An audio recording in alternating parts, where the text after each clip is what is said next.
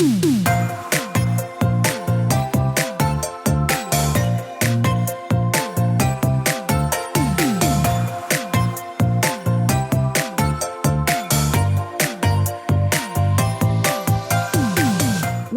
to the Plant-Based Podcast. Did you know that plants are truly amazing? Not only can you grow them and eat them, you can also wear them, drink them, nourish your skin with them, and so much more. Let Ellen and Michael inspire you to love plants as much as they do, as they chat with the movers and shakers in this wonderful plant-based world. So, let's dig in. Hey Ellen, did you know that Hillier Garden Centres have over 155 years of horticultural expertise? I sure did. That's amazing, isn't it? And also, I'm a customer as well. Oh, this is nice. What are you growing? Well, at the moment, I've got their gorgeous Daphne, the Jacqueline Postle one. It smells divine. Oh my gosh, if I could bottle that fragrance. Well, if you want in on the British plants trend, you can shop the top quality British grown plants from Hillier across the 19 garden centres or online. And to find your local centre or shop online, visit hillier.co.uk or search Hillier Garden Centres on Facebook, Twitter and Instagram for inspiration on creating your ideal garden.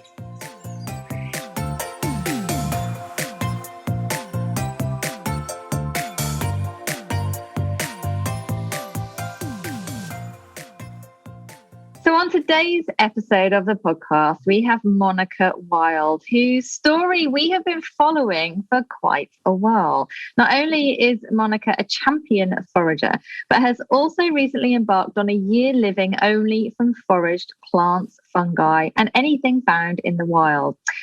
We found this particularly fascinating, and Michael has also been reading a proof of Monica's upcoming book, and he has not stopped going on about it, I might add, mostly because of the reporting about the realistic highs and lows of a living from the wild throughout that very fascinating year. Cool. Well, welcome to the podcast, Monica, or can I call you Mo? Yeah, do call me Mo. Yeah, I'm just holding your book up. Obviously, we are a podcast, but just for the good of ourselves, this is your gorgeous book, which is called The Wilderness Cure. But first things first, before we kick off, Monica Wilde, is this a stage name? No, not at all. And to prove it, here's my passport. Oh my God, she got it to hand. She knew that question would come up. I did. You know, so many people ask me.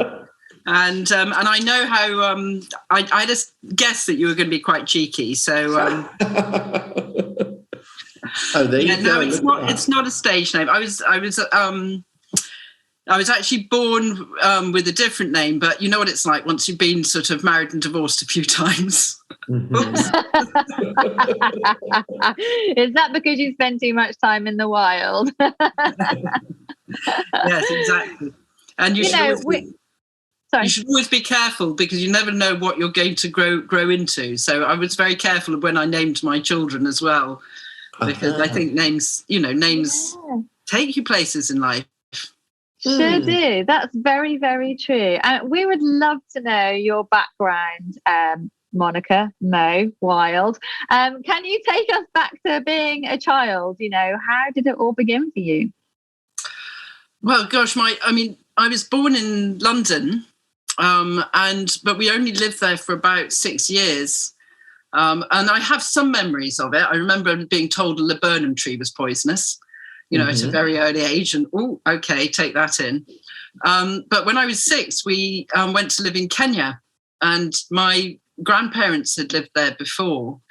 And in fact, my grandmother was born in India. And, my aunts and uncles were born in Zanzibar and, Malawi or, Nyasaland as it was then. And my dad just worked as an advisor for the government. So when I was 6, we suddenly sort of left suburban London, and I ended up living on a farm on the outskirts of, about 15 miles out of Nairobi. And, being the eldest of 5 children, because by the time I was 6, there were 5, I was the eldest of 5. I quickly learned that as long as you turned up for meals, and bedtime, nobody really knew where you were or what you were up to. So I was outside with the plants. What an amazing upbringing. I have a friend that lives in Malawi, and she messaged me and said the other day, Ellen, I don't know what to do with my grapefruit tree. When do I prune it? And I just suddenly thought, wow, you have a grapefruit tree growing in your back garden. That's amazing. So it must have been marvelous just to be out and about outside, doing your own thing all day and discovering nature. It was. And also, I had friends, there were Kikuyu people living on the farm as well. And, me and the other children used to spend a lot of time running around, and we'd learned from the adults, in particular, one very old lady who was a Kikuyu herbalist, and learned a lot about the plants. And I was a big reader. I loved books. Never trust anybody who hasn't got books and plants in their house. And I loved books, but I wasn't interested in the sort of English literature of sort of Jane Eyre and what was happening in the drawing room with Darcy.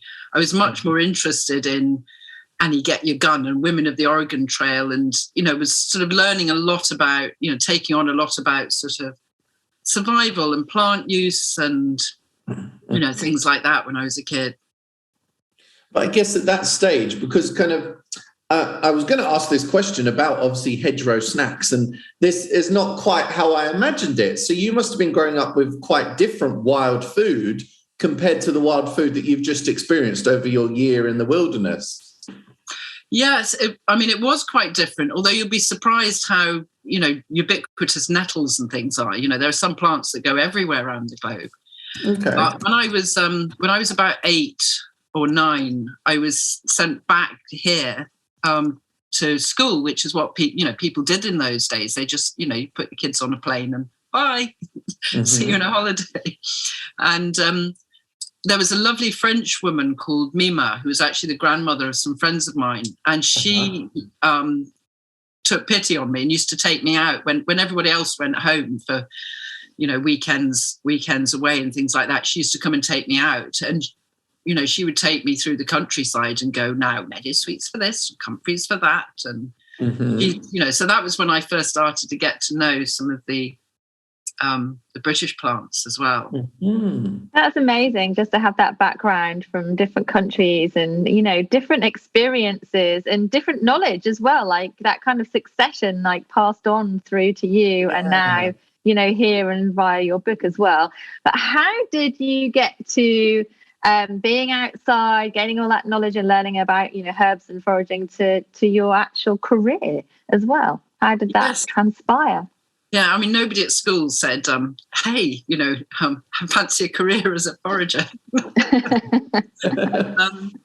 It was really because, there's been a sort of lifelong passion about plants and finding things out. And I'm intensely curious, which used to get me into a lot of trouble at school, but asking too many questions.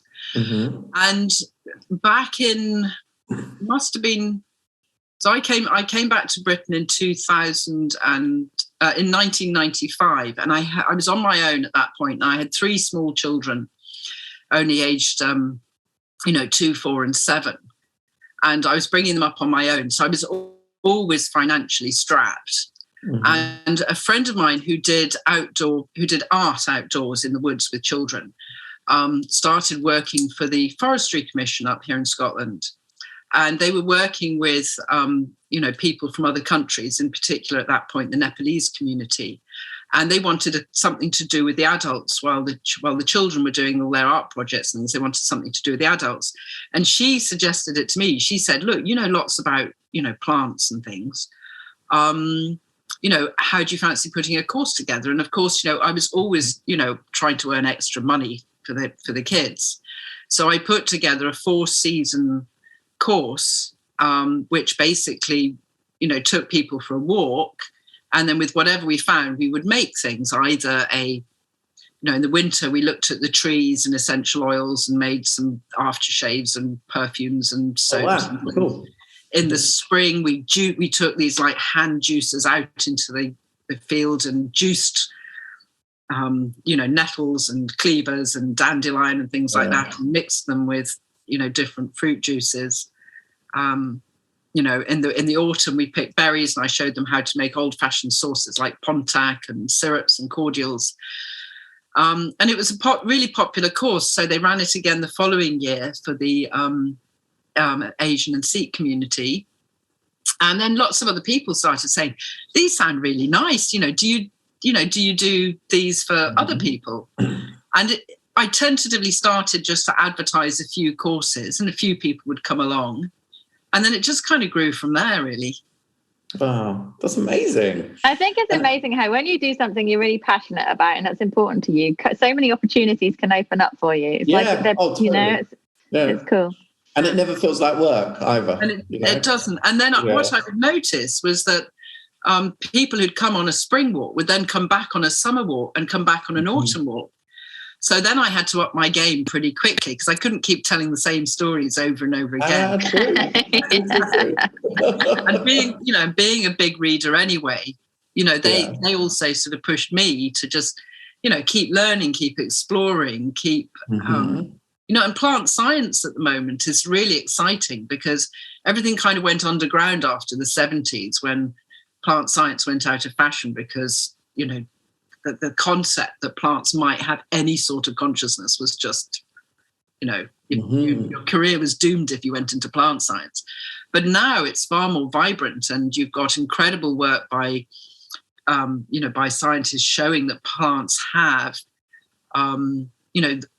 different senses, a type of vision, certainly an incredible ability to smell and communicate using chemicals. And intelligence. Yeah. And intelligence, and they can be taught things and memory, and some of them can count. Like a fly trap, I know. That's exciting.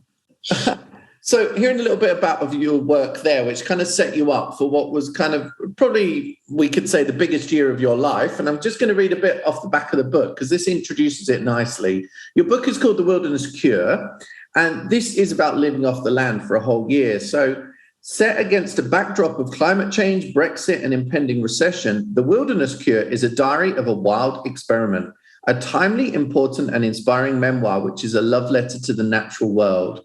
So how did this project begin? How did you even imagine you could do it? How did you prepare? When did you start? Kind of just run us through kind of how this project began. And then after that, we're going to dig into it even more and kind of get the intricacies of it and see what you missed. Maybe Pringles, who knows? Well, in all the time that I was sort of teaching, people would always say, well, this is all very well, but could you live only on wild food? Mm-hmm. And so it was always that burning question. And, over the years, I thought, well, I probably could, not in a Bear Grylls style where you're thrown in somewhere you don't know, but when you really get to know your local habitat and place. And, by the time it got to sort of coronavirus, all the kids had left home. So I wasn't having to pretend I hadn't put seaweed in everything again. Mm-hmm. And, so I had the time and the space to do it. And I think it was just all the food shortages. We'd had the beast from the east where suddenly there was like no pasta and no bread and no milk. Mm-hmm. And, at the time that I started, there were lorries queuing back from Dover and people talking about, food shortages after Brexit. And, you feel as if the world sort of suddenly got very sort of uncertain sometimes. Mm. And, what if these old skills are still important? Could you still do it in the modern world? So once I'd got the idea into my head, I thought, all right, now I'll have to prepare for a year and, freeze lots of stuff and dry stuff. But I'm not really the sort of person who's very good at waiting. So it had been burning away. And I had, I always sort of pickle stuff and ferment stuff and keep stuff anyway. But we got into November and all of these adverts started to come through for, Black Friday. And all of a sudden, having hoped that during lockdown, when you saw people outside looking around, because that's the only place that we're allowed to go, and rediscovering nature and people talking about, well, maybe we need to rethink the way that we relate to the earth, you suddenly had all of this consumer excess of Black Friday happening as if nothing had ever happened, as if nothing was going to change when we were allowed back out of our rooms. It was like nature had locked us in our rooms like naughty teenagers to think things over. And we'd come out and we were making the same mistakes over again. And I just thought, well, Black Friday is the kind of like high mass day of consumerism. I'm going to start, because I always dive in at the deep end and then think about it later.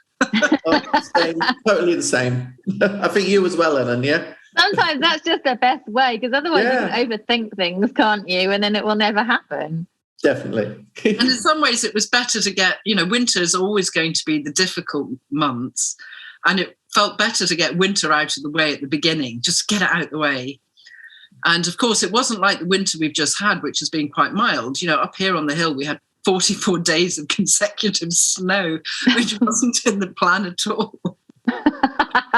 Oh my gosh. Talking of which, I'm wondering then if you, when you were kind of planning what you were going to do, did you set yourself any rules? Because at times perhaps where you were low on foraged foods, did you say, right, if I don't really have enough for my, I don't know, nutritional needs, or if I'm feeling, poorly or whatever, I can open a tin of beans? Well, did you set yourself any rules? I did. I set myself some rules. The rule was I had to eat only foraged from, only foraged food from food from the wild.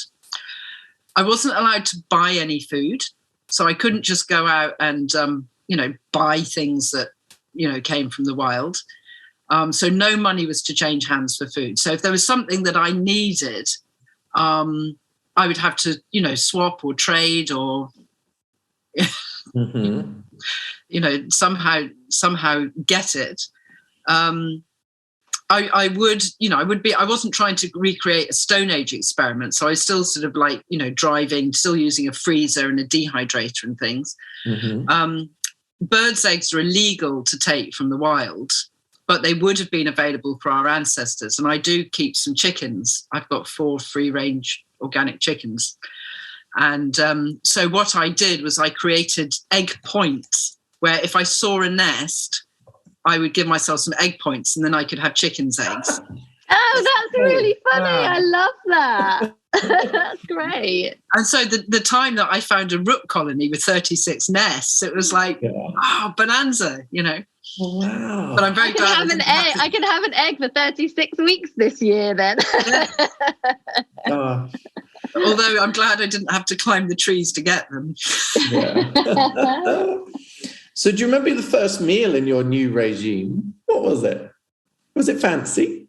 The first meal was, it was salmon, some salmon that had been caught in a river that one of my friends had given me, and I'd put it in the freezer. And I cooked it on a bed of yarrow. Yeah. So I got lots of yarrow, which is a lovely herb. It's like sort of rosemary meets thyme and a bit of lavender.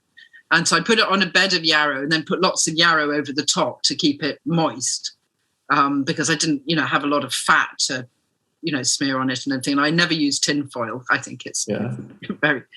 and then with it, I had some steamed woundwort tubers. Do you know marsh woundwort?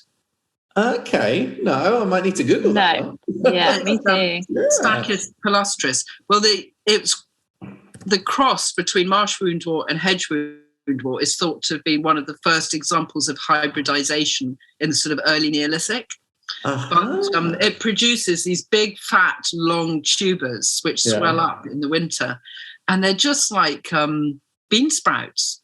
Oh, really? Wow! They're really delicious. Yeah.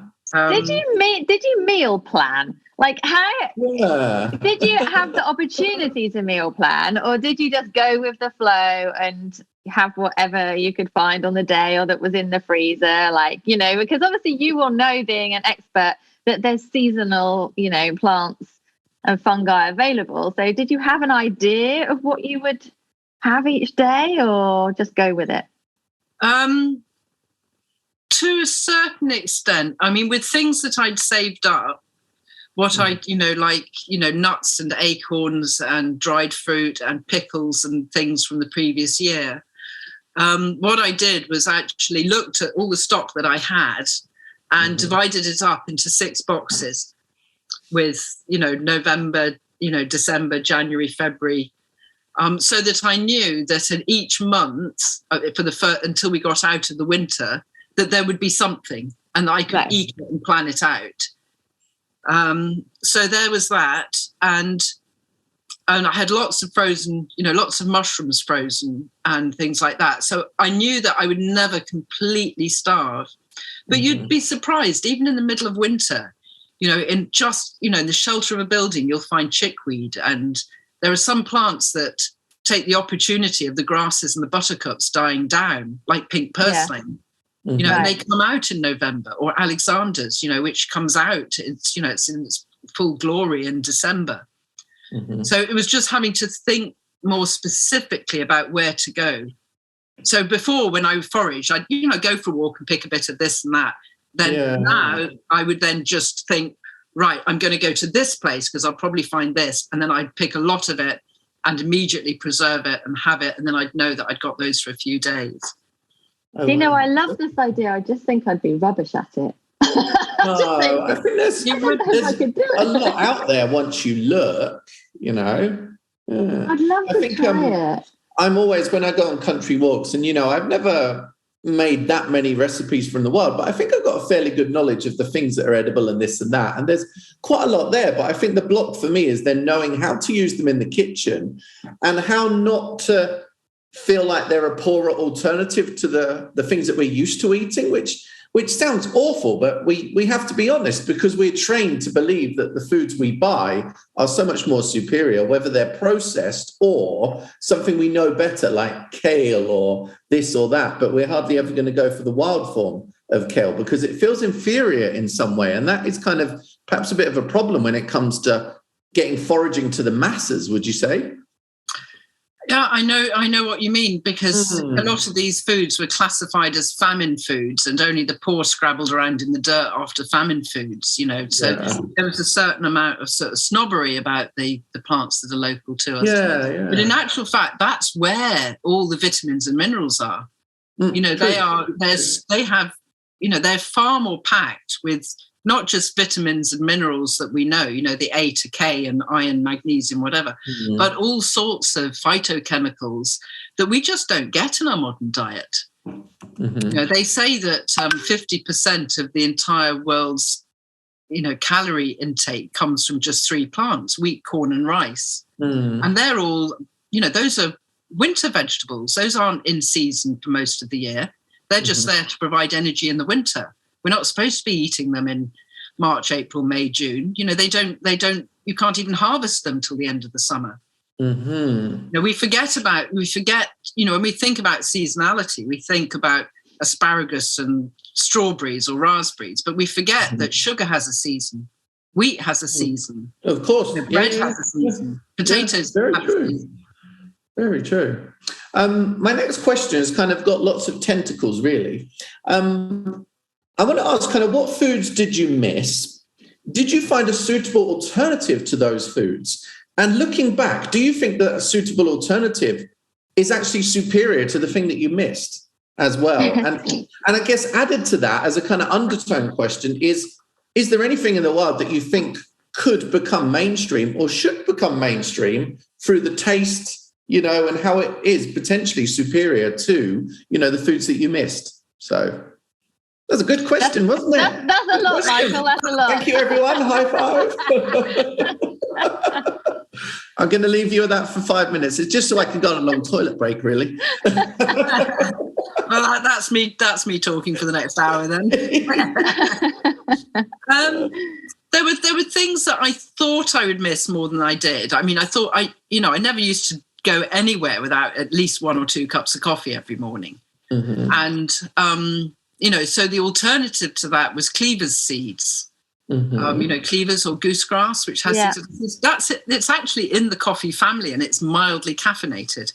Now, I will not pretend that it's going to compete with the best Kenyan Arabica, but it wasn't. It was pretty good considering. Yeah, that's good to know, actually. So if anyone wants to cut their coffee intake out, have a little go at some sticky willy. But is there any foods that could compete potentially with what we know? Not with coffee, I don't think. No. You know, Anything else like dandelion green roots and or- acorn coffee are nice, but they're not quite coffee. Mm. When it came to, I use a lot of lemons in cooking. Mm-hmm. And those can easily be replaced with sea buckthorn from the juice from the sea buckthorn berries. That's really citrusy and tangy and sharp, and you can use it as a marinade, as a zesty seasoning, and also if you put a little bit of sugar in it, you can use it instead of orange juice as well. Mm-hmm. It's like orange battery acid before you process it. It's amazing. I'm in Poland at the moment. My partner's from Poland, and he'll often bring me back a jar of kind of like the real syrup of the buckthorn, because it's not so common. We don't use it as much in UK, but I feel like we are waking up to it a little bit, because so much vitamin in that, and but it's very tart, but somehow that's kind of sexy, it's a lovely flavour. Yeah, definitely. Yeah. And the thing I missed most, which wasn't replaceable, was crunchy vegetables. Mm-hmm. Right. Courgettes and broccoli and these are all the things that we've bred to be big, large vegetables. Yeah. Sea beet, you get incredible leaves. That I would much rather eat sea beet leaves than spinach. But the swollen root was only bred into it around the time of the Romans, because it thought it gave them extra prowess in the bedroom. We have literally just interviewed Dr. Seaweed, and so now I have. He mentioned you actually. Yeah, he did. He said he knew you, and I would just love to know if you forage for seaweed. Yeah. Yes, I do know Craig, and I very much forage for seaweed. I think I probably ate about 20 species there's about 20 species that I eat regularly.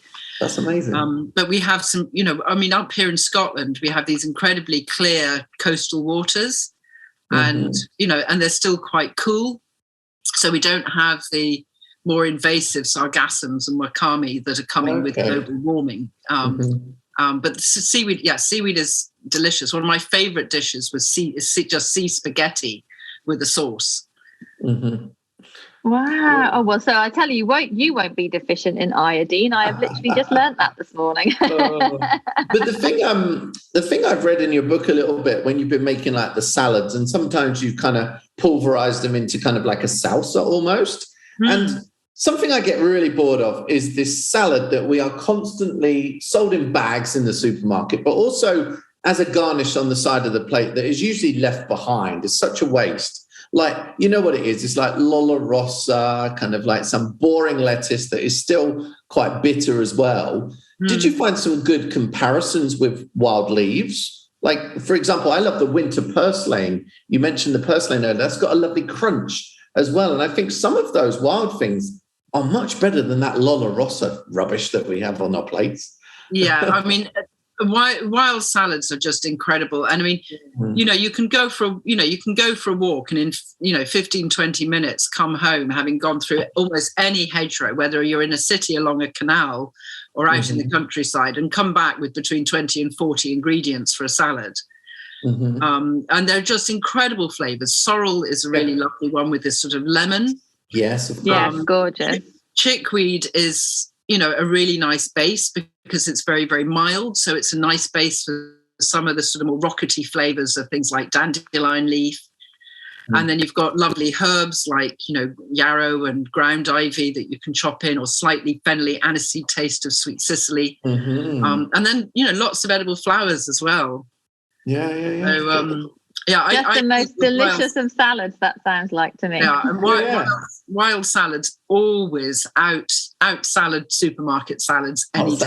I love to out salad something. We all want to out salad something.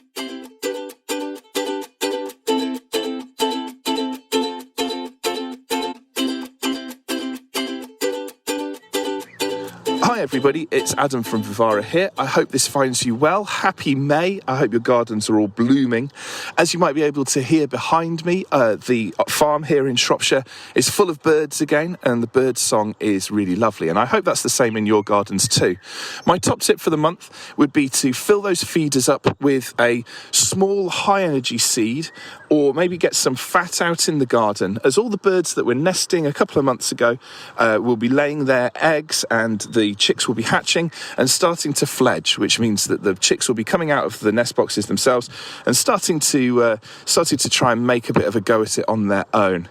It will be a lovely thing to see. Get those feeders full, and the birds will come and fill up and get all those energetic foods that they need to be able to go off and see what they can find. Have a lovely month in your garden, and I hopefully will speak to you again soon.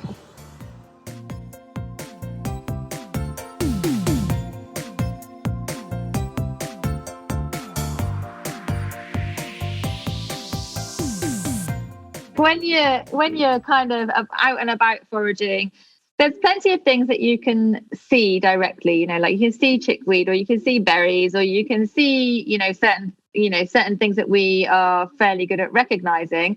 But what about the kind of things that you can forage that are hidden, roots and tubers? Do you have like any examples of things that we don't necessarily know are there that we can forage for that are underground? Yes. Well, I mean, up here, there's roots and tubers are sort of more problematic on sort of two counts. I mean, one is, unless you have permission of the landowner, it's illegal to dig up a root. And even when you have the permission, you have to do it in a sustainable way, because, then you are, normally taking the life of a plant.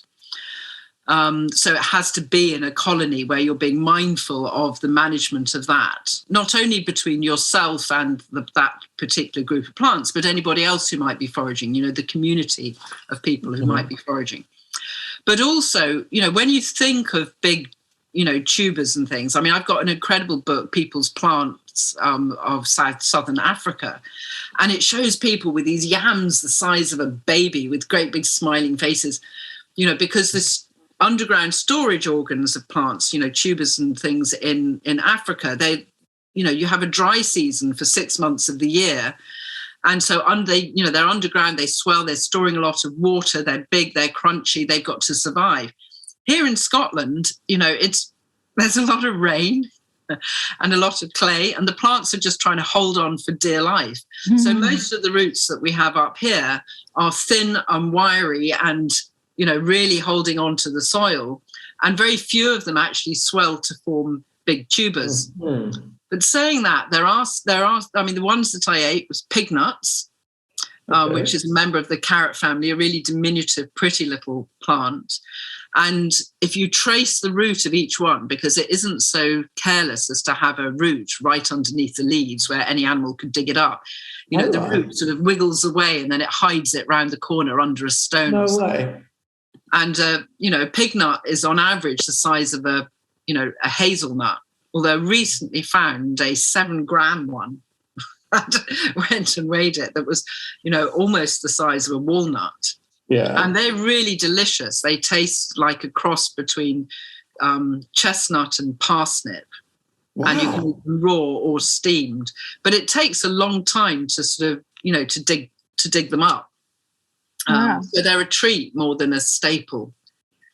But everyone needs a treat, and especially since you're foraging like all year for, feeding yourself for a whole year, you definitely deserve a treat. Well, the one the wild carrots around here were really sad, because they were literally just thin little woody sticks, and they never developed a swollen carrot, which I was really sad about. But there's a plant here called tuberous comfrey that has swollen roots as well. Okay. And you need to be a little careful with things in that family, because some of them are quite high in certain alkaloids, which aren't great for the liver in excess. But this particular plant has always been shown to be very, very low in those. So I was eating tuberous comfrey tubers, and they're nice, but they're very like Jerusalem artichokes. So great for your gut bacteria, but not so great when you're in company. That is good to know. Good to know. There's so much out there. And in the book also you talked about various plants that you were using to make flour and kind of, processing some of the plants, but albeit at home in a very natural way as well. So I just want to kind of touch on, you talked a little bit there about kind of harvesting, considerately. Like, what are really the rules when it comes to picking from the wild? And how can you do that sustainably? And also, I guess something you need to keep an eye on is polluted areas as well, because of course not all harvests are equal. Is that right? Yes, that's true. In regard to pollution, I've got a friend in the States at Berkeley University, Philip Stark, who did a study of toxicity in urban plants. And basically what they found was they were picking purslane and chickweed and I think dandelion leaves in different parts of San Francisco. Is that as long as you give them a rinse to wash anything off the surface, the leaves are just as safe as supermarket salad. Okay. Self-respecting plants don't take up chemicals into their tissues. You have to be a bit more careful with roots because they are designed to bring up minerals and chemicals from underground. And you also need to be very careful with mushrooms, any sort of edible mushroom that's in a polluted area, because they're remediators. So they take up a lot of the chemicals that are, not supposed to be there and then break them down into harmless compounds as the garbage men. So, but in terms of mindfulness, I think, this sort of ties into community, because the relationship that you have with the community of plants has to be one of both give and take. You can't just take. You have to give back. And in a wild setting, you also need to be aware of what other people are doing as well. So, it's a great way to get to meet other people. I mean, we've got this, incredible networking band of people interested in foraging, around the country. Because you mustn't over-harvest. Saying that, that's not usually a danger when it comes to something like nettles.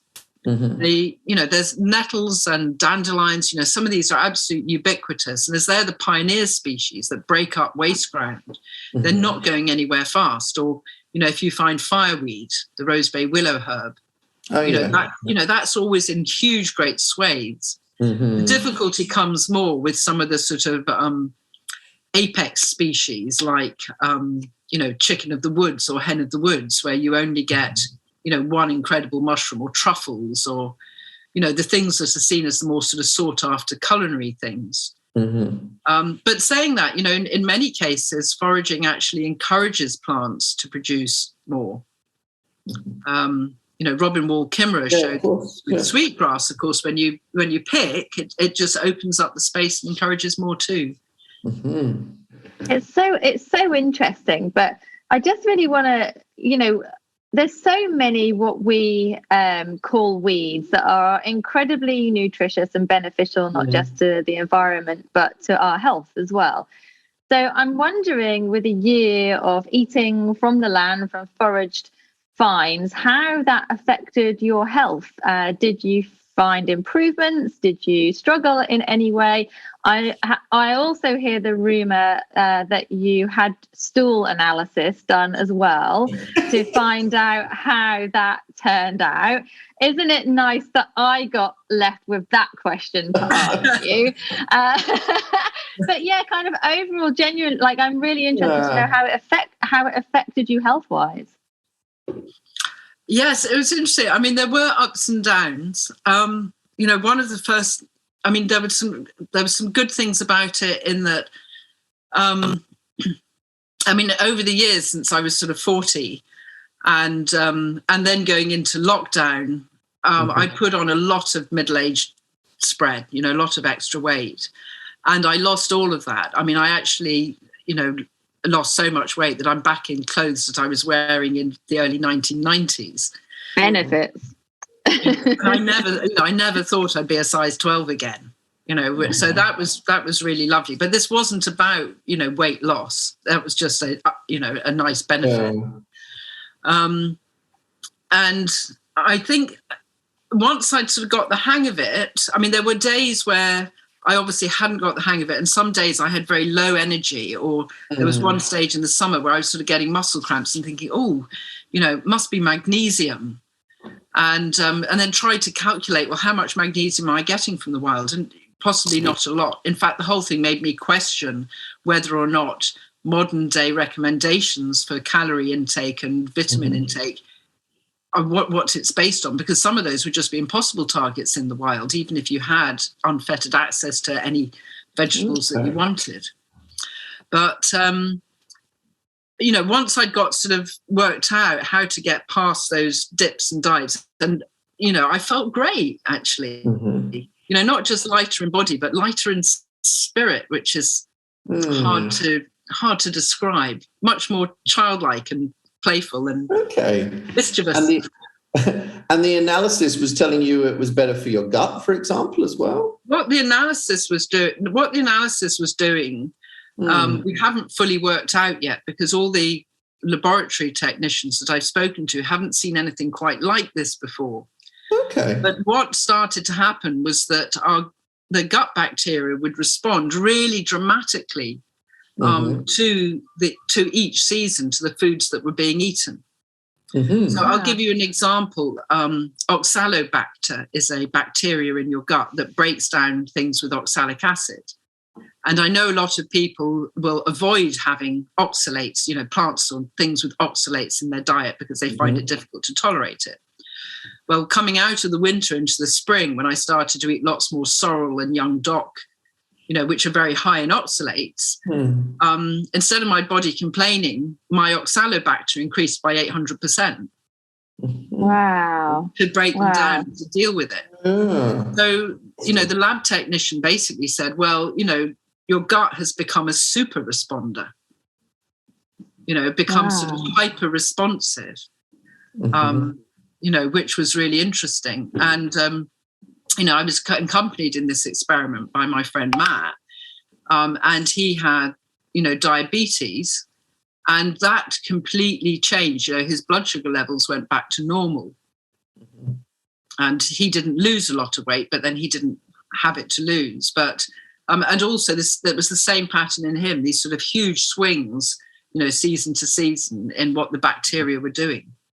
Wow, it's really interesting. Yeah, definitely. So this is how it affected your body, your wellness, your cognitive functions as well. But how about your wallet or purse? You must have saved a bit of money, right? Yeah, I did. I ought to go and add up what my supermarket bills were the year before. But I didn't spend any money on food at all, which was incredible. And it did mean when I went up to the Highlands and up to Applecross on holiday, which was, where the first humans in Scotland lived. So it seemed like the best place to go on a holiday. If they could manage 12,000 years ago, I'm sure I can manage now. But I had a little bit of spending money, and I could buy some beautiful crafts, some woolen things and, craft items that I wouldn't normally be able to afford. Wow. This is a good lesson. This is a very good lesson to learn. Did you create a recipe? Sorry, and no. The other thing was, you weren't spending any money, but also not generating any waste. There was no. You never had to put the trash out. Yes, that must have been really satisfying as well. It is, because I hate walking, especially in the winter. I hate having to trundle the bins all the way down to the main road. Can I just say, interestingly, that was a very opportune moment for you to say that, because if when this is edited, you can hear a rumble in the background, it's actually the bin collectors, and I'm sitting right by the front window. And so you can hear the rumble of them. Yeah, it is bin day. So anyway, that was a perfect moment. Was there a recipe that you created, or a favourite recipe throughout the year that you just enjoyed the most at all that you can share? Oh, gosh. I think that there were a couple, definitely. Porcelain fungus soup. That was a recipe that Matt came up with. It was brilliant because it's like cream of mushroom soup, but all it is porcelain fungus boiled in water and then liquidized. Nothing else. And it's the most amazing soup. So dead easy. Sea spaghetti was wonderful, because it also freezes really well, and then you can just boil it for sort of 3 minutes. And I got really into rose hips, particularly the big Japanese Rosa rugosa. Yeah. You just use a little coffee spoon to scrape out the seeds and give it a rinse so that there's no hairs. But you can have sun-dried rose hip sauce. So it's like a substitute for tomatoes and sweet peppers. Mm-hmm. Wow. These are great tips for listeners, just to think about using and eating basically plants in a whole different way. Definitely. I've still got lots of jars of rosehip puree to use up instead of tomato puree from having collected. I love rosehip syrup in Prosecco. Of course you do. Of course you do, darling. But it's shocking when you make it how much sugar goes into it. But I guess you were making it in a more natural way without the sugars, I suppose. Well, I didn't have sugar. Yeah. I mean, as a forager, you don't have that sort of access to sugar. There's a little bit of honey. I got a friend who has a wild bee swarm, and so she gave me some honey. And we had some birch sap syrup from early in the year. Okay. But that's a precious nectar, because you need 100 litres of sap boiled down to make 1 litre of syrup. So you don't, you certainly don't tuck into that daily. So as you got to the end of your project, first of all, how did you feel? Were there times when you just wanted to throw the towel in and you were like, oh my God, I just want to have cheese or something? And how did you feel as you got towards the end of the project? Well, I think the temptation had come in earlier. There was one day when I'd taken my mum to hospital and she had a takeaway on the way back. And that just it was like an earworm with music. That had just got into my system. And I was quite low at the time. And there was a day when I was going out to see her again, and I took the road that goes past the fish and chip shop. And if it had been open, I probably would have caved. No way. But I did. Luckily for me, it was Corona closed. Yeah. But towards the end, it had become much easier because I'd got my rhythm. My body had really adjusted. And I was actually quite sad to come to the end of the year. Yeah. Oh, that's interesting. You could have carried on, I guess, forever. But what was the first post-project meal? What was the first thing you just thought, I must, have that? Was it a Big Mac? No, it was a huge vegetable stir fry with all the crunchy vegetables I'd missed. And all colourful vegetables I'd missed, because I did miss colour in my food. Outside of the salads, the flower salads and the berry season. I mean, winter was full of drab brown and drab green food. So I had a rainbow stir fry, and that was the first thing I had. But I decided that I would go, in the interest of seeing what the gut bacteria and things did. What I decided to do was at the end of the year, I would go back to having 3 months of my normal diet again, which is not processed, which is mainly, stir fries and vegetable soups and homemade bread and things. And I would do that for 3 months, test my microbiome, and then decide what I was going to do. And I immediately put 6 or 7 kilos back on again. Oh, right, really? interesting. Even though it was a fairly good diet anyway, as well. Yeah. And a lot of that was because, even things like, even the carbiness and sweetness of carrots and parsnips and beetroot and things like that, just with me, just put the pounds on again, even though they're good and they're not processed. So I've reached that 3 months now. I'm still waiting for the analysis to come back to see what actually happened. But, yes, now I'm back on, predominantly foraged again.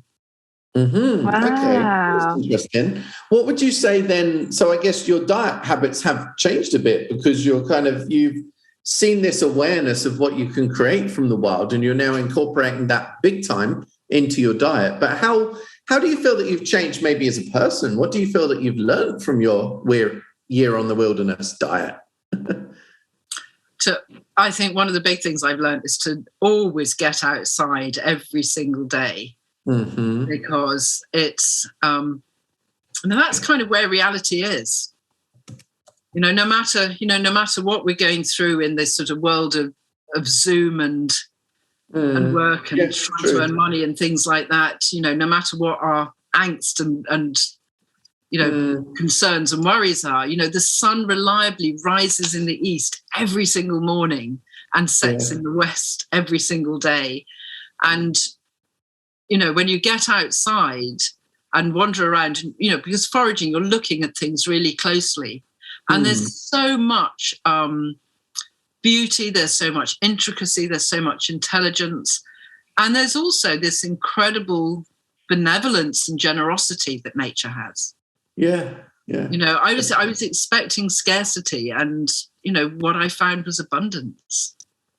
I guess it's really, just a very mindful experience, isn't it? To feel that deep connection that we have with the earth, and how we live together, how we should be living together in balance. And I personally believe that, in the natural world, that there is all the nutrition that we need as humans, all of the medicine that we need as humans. It's just that we have to understand it and research it and know what we're doing. But I think this has been an amazing episode and quite inspirational as well for listeners to get outside and, see what they can find and safely forage and just feel that connection with the amazing planet that we live on, So I think it's an amazing experiment that you've done, and it's great, obviously, that you're still carrying on and eating forage foods too.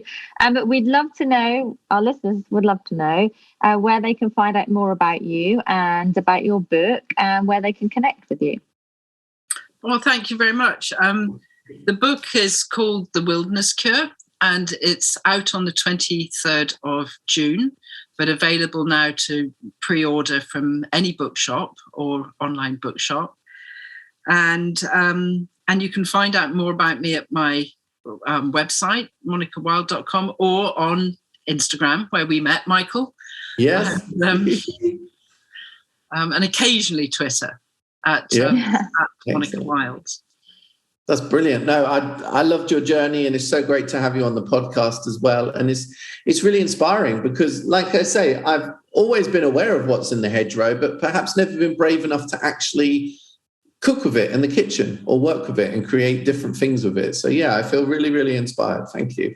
I think one thing that's really important to say is that, foraging isn't just a middle-class pursuit of guardian readers or something like that. Foraging is for everyone.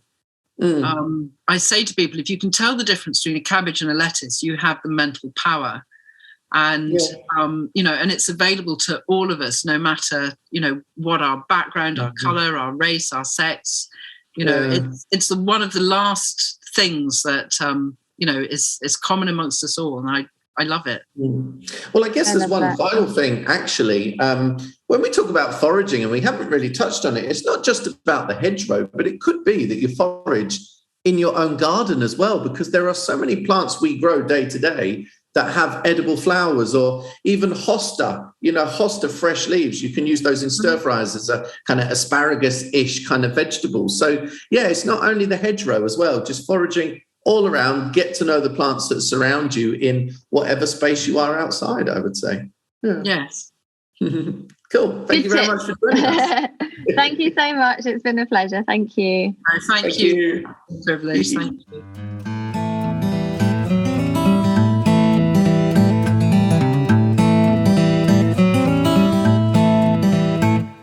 I'm Dr Radha. I'm a GP and broadcaster and an author. And one of my passions is talking all about well-being and how nature can help us find our well-being. And I'm going to chat to you about the life lessons that we see reflected in nature all around us. So I love going out in the garden. I love going for a walk. I love looking at the sky and hearing the birds and hearing the rustle in the trees of the wind.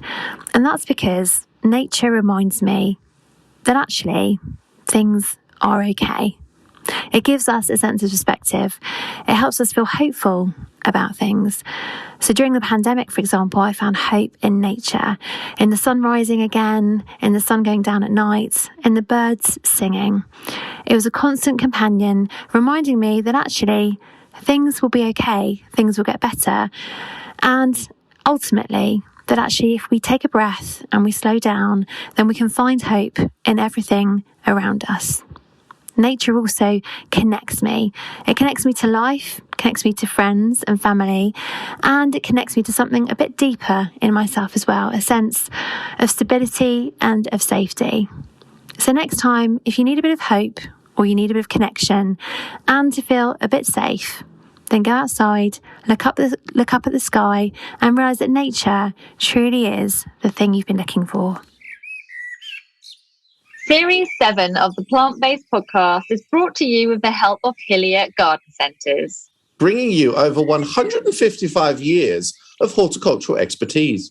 Shop their top quality British grown plants, both across their 19 garden centre locations or online. And to find your local centre or shop online, visit hillier.co.uk. Or search Hillier Garden Centres on Facebook, Twitter and Instagram for inspiration on creating your ideal garden.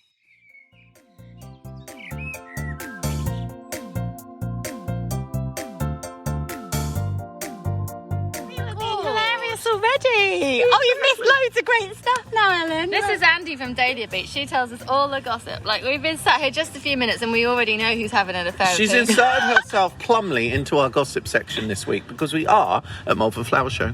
We are. And it's the end of the day and it's beautiful. Like, it's the sun is shining, we're all relaxing and having a little We've got to go up mountains soon, darling. We're going to climb a mountain. You're not going to go climb the Malverns. We're going to go to the British camp where it's somewhere. A British camp? It's called a British do you know camp. where we are? Sounds like you're going to be going into army training. It does. I'm quite concerned about what she's told me to do now. Oh, see, having a dahlia in your hair really suits you. I know, thank you. Anyway, intro yourself, Dahlia Beach.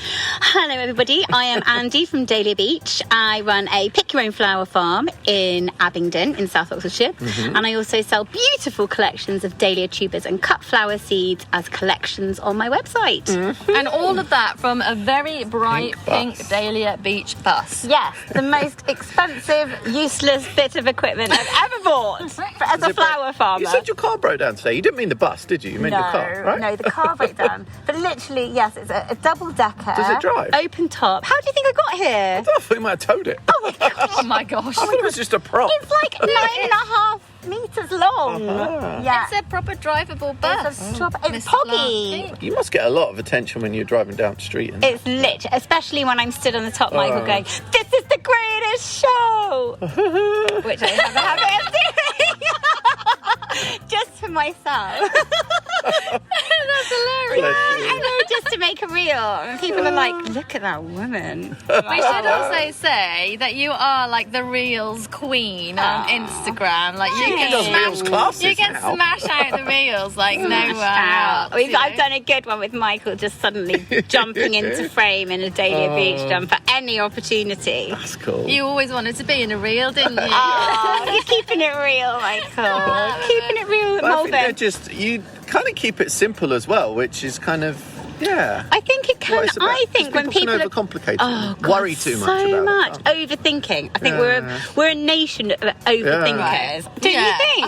100%. With everything, whether it's planting a garden, what you're going to do with your haircut. Oh my God, just make a decision, woman. I think I'm the opposite. I'm probably an extreme I can't make a decision, so I make myself impulsive just to force it and make a decision. You force impulsivity? Yeah. How is that possible? I forced myself to make a decision to stop myself being indecisive. Oh, okay. So then I'll decide on something, even if it turns out to be the wrong decision. Yes, but Barack Obama... I'll turn it around. So Barack Obama does that. Yeah. He said... And look what he got. You can make good that worked out really well for Barack. It's PR and marketing at the end of the day, isn't it? I reckon he's really good at reels. He's really great at reels, Barack. He said that if you're 51% sure of something, then that's the right thing to do. And you've done the best thing. I didn't know that. I love that. I love it because that takes all the indecision out of it. If you're 51% sure, that's what you should go with. Questioning it? Why are you questioning it? Well, it's better to make a decision than no decision. Yeah, even if it's a bad procrastination is such people. But look, in the background, we got another real star there. Oh my gosh, there he is. Should we bring him over? Do you think he'd come and say hi for a quick bring him moment? over. Adam!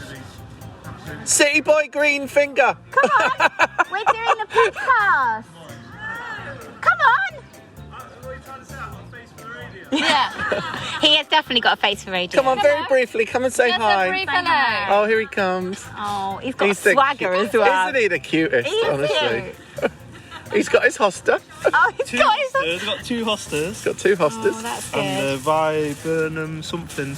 Opulus? Looks like you bought someone's sycamore seedling in there. Fluffy one. Yeah, no, the white. Opulus. Oh, it is Opulus rosy. Yeah. That's beautiful. That will be amazing. You've I took done a very picture well. of the label so I know what it is. Yeah. So can you introduce yourself for our podcast? Hi, I'm Adam from Nottingham, and I am Green-fingered City Boy. Yay! And another real star. Yeah. We've got all the real stars here We're right keeping now. it real. And yeah, started gardening in 2020.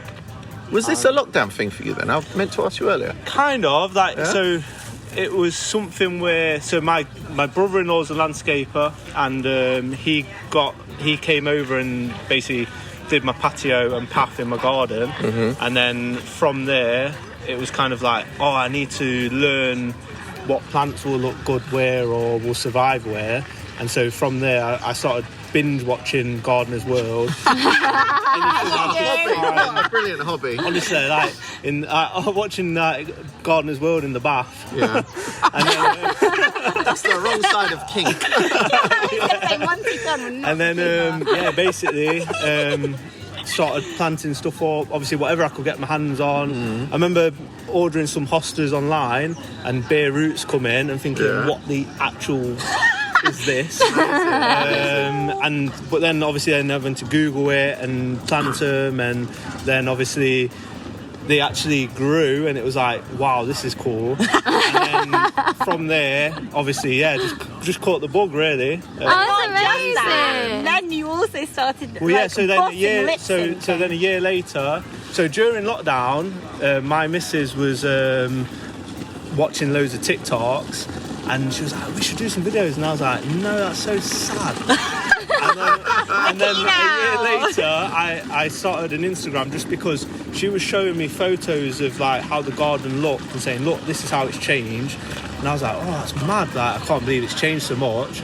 So I thought, "What? I'll make an Instagram." And basically then I've got all my photos in chronological order, and then it kind of just then it went wild. Oh my gosh. So, And now everyone knows who you are. How does that feel? Oh, dude. Although I think it might just be us. Everyone here is 80. yeah. We know who So you my are. demographic on my insights is a lot younger than. Yeah. Have you had a lovely day Off the record. though? Have you had a nice day? Yeah. Obviously, this is my first RHS show.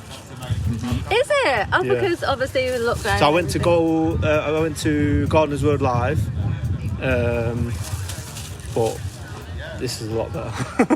Obviously not saying on there. Oh, well, you kind of did. Everyone's going to hear it. They're going to hate you. I don't know. I think with Gardener's World Live, it was coming out of lockdown, and I think I felt quite overwhelmed seeing loads of people. Like I was just right. I'd just been kind of working throughout the day. Then obviously R4 comes, I'm straight in the garden, and then obviously. Yeah, also you go into this place and there's loads of people and you're socialising again, and it was kind of like flipping it, like, I don't know, it's just weird. It's nice here though, we're all outside, it's really spread out. Sunburn. My mum's going to kill me. Oh my God. Did you not wear your sun cream? I was told it was going to be 20, I didn't believe it, if I'm honest. I didn't put any on. Awesome. Well, I'm you. pleased you had a nice time. Yeah. Thank you for coming on the podcast. Impromptu's best. Yeah, It's See you so soon, good, man. that Good to meet reel you. I made. It's really funny. Yeah, should I show you? When Eve and Tony go and get a cup of tea. Oh, and even Tony. when Eve and Tony go and get a cup of tea. Even Tony's a footballer, you know. Is it? We Here, played for look. Brentford. I did it myself. I just wandered off. She got for a pee. Nice. I actually did it myself. You lot, honestly. Hello. Have a good trip We need to home, though, get this dude. guy posting reels. Yeah, no, I know. I He's was going to do got some more photo now, reels. Yeah, but they're not always that sort of creative energy. They're usually like little tours of places that I've been. But I etc. like that. Like, I think Do you? like, Yeah. I do like that, yeah. And also as well, I always wonder that they're not like Sometimes- as good as they could someone be. else. Hey, Ellen's recruiting. How you doing, man? You alright? This is Neil from Veggie Book. So Neil's been on the podcast before. He's come to join in the gossip as well. So it's even standing right next to us. Amazing. Have you all met? You're next to each other. So Andy, Neil, look at this. We are the lubricant in your botanical social. Adam, Neil. G'day, Adam. Nice to meet you too. I don't know if you know Michael, but that's Michael. Hello, Michael. You're out, love. I've been up north for a day or two. A bit feisty today. I forgot I'm in leopard print. Like a botanical Bet Lynch. What a beautiful day we've had. I know, everyone said that. It's been perfect weather, perfect Backdrop place. as well. I know. it's Malvern is great. by the hills and it is just, oh my God, gorge. So nice. So much more spread out. Yeah. Oh no, my signal's good. Should have been a very big. Stop showing off. Yeah. Daily Bus. Oh, just done a live. Been salt in the wounds. Instagram. Daily Bus has got Wi-Fi, I reckon. I've seen you taking a few pictures. Oh, just a couple. Have you had a good time at the show so far? Amazing. It's been great. People are just happy to be here. That's what I've seen. Yeah, definitely. And it's busier than normal on a Thursday. Usually it's a very slow start to here. Because you know the shows and how busy they'll Very be. slow start, but I think there must be 20% up or so, they're saying, on ticket sales today. So the next 3 days should be similar to this in terms of footfall. If not, even busier at the weekend. So Good. I think busier at the weekend. I think it will The shows are definitely be usually busier at the busy on a weekend. Saturday, aren't they? Yeah. Real intel, thank you. and you get all the families coming through Saturday, Sunday. Yeah. So different feel, but a lot of people. Cool. There you go. There's some insider Malvern info. Good defo. Intel. There you go. Thank you. You're welcome. I just come and drag you away. People Because are. you're amazing Like, veggie pods. now she's going on like she's turned it off and she'll trick you into saying something. She hasn't turned I'm it off. now going to turn it off. But it is time to turn it off. So thank you so much, everyone, for joining us on the Gossip Podcast. Yeah, Thank you.